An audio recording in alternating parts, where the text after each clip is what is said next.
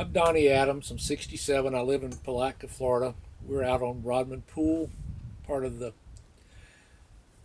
Cross Florida Barge Canal fiasco, and we're talking about Blue Spring, which is a big spring out here that had about a quarter-mile run to the Ocklawaha River when it was free flowing, and I'm talking about what went on back then.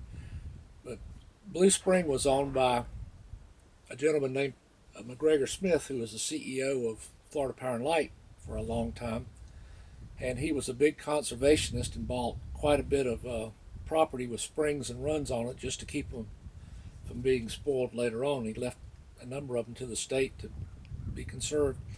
But out here at Blue Spring, he had a little house up on the hill, the Cracker House, and my daddy answered directly to McGregor Smith, and they got to be good friends, and I thought of him as another grandfather.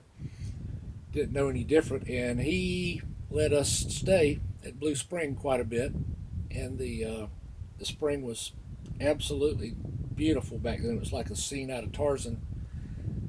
The run was canopied all the way out to the Ocklawaha River, and it flowed hard. And the spring head would come up 5 or 6 inches out of the water, and the whole spring was beautiful, clear white sand, and it sat in a round basin. It was very deep, and you could see forever in it. I was there from, I guess, when I was about 10 until I guess I was 15 or 16 when they finally had to take over the property and flooded it out and tore the house down, and I didn't see it again for I guess 40 years, and it's just a horrible thing now.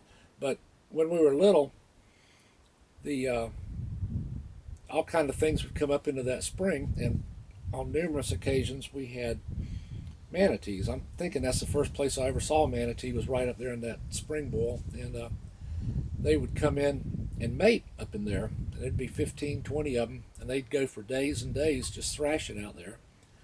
And I saw them regular the whole time. But the other thing that was amazing was that schools of mullet would come in, and they would fill up that whole basin and be there for 10 or 15 minutes. It looked like you could walk across them. There's so many of them, and they just circled and circled and went out. The fishing was good. A lot of birds. The paddle out to the river was intense, I remember, in a canoe, and the just being down there was just magic. There's nothing like it left on the river. On this whole area, there's no river left anyway. So we would go and go out on little journeys to the other springs that were along here, and there was, I don't know, 15, 20 of them.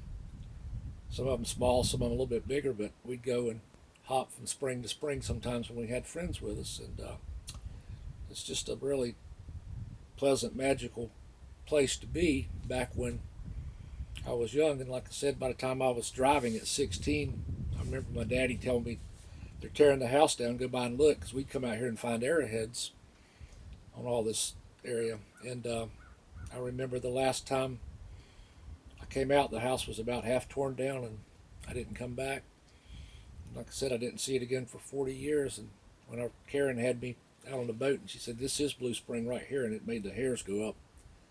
I think I got teary-eyed because it was so ruined, and it's just a mud pit on the bottom now. There's no real flow left from all the pressure on top of the spring. We had Mr. Smith had a last party down here after he'd exhausted everything to keep in the property. He threw one last big party, and I remember us being here, and Mr. Smith cried. I didn't realize till later, thinking about it, how much it affected him, but he really did love that property, and it's a shame that it's gone. So it could be revived, and I wish it would be.